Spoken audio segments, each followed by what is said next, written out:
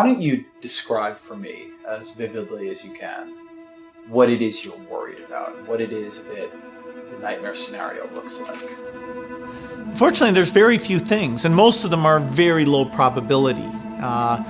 Some big volcanic explosion, gigantic earthquake, asteroid. But at least in the nuclear case, you've got to say we take it quite seriously. We budget a lot of money, have a lot of people who think about nuclear deterrence, and I'm very glad that work's being done, and I rate the chance of a nuclear war in my lifetime as being fairly low.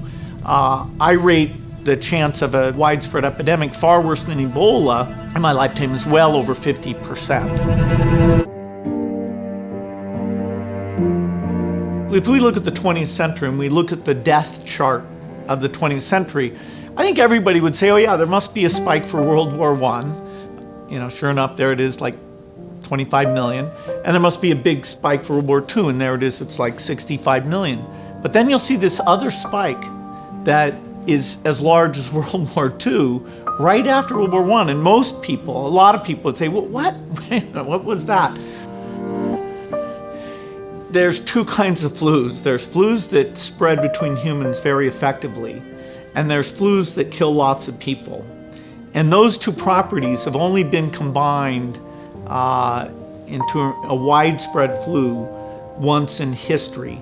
Well, that is Spanish flu. We have no idea where it came from. It's called the Spanish flu because the Spanish press was the freest. They were the first to talk openly about it. And so in the annals of epidemic history, that's the big event.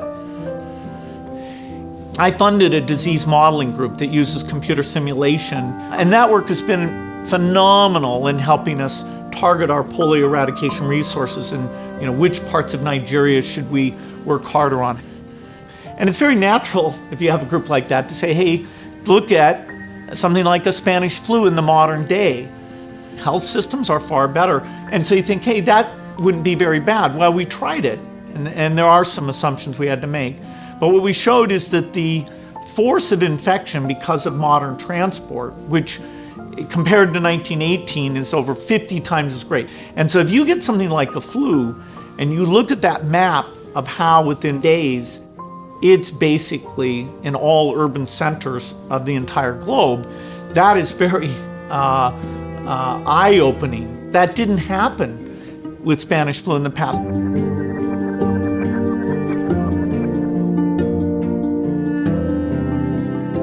The opportunity to do more than just let it run its course is really only in the last decade. Basically, when you talk about drugs, you can talk about small molecules or talk about these complex biological protein-like things, of which there's a subclass called antibodies. Antibodies are the molecules that the immune system naturally builds to attack disease.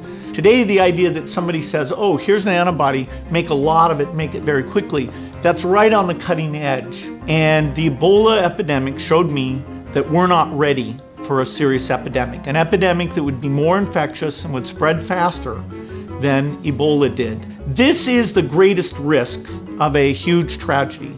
This is the most likely thing by far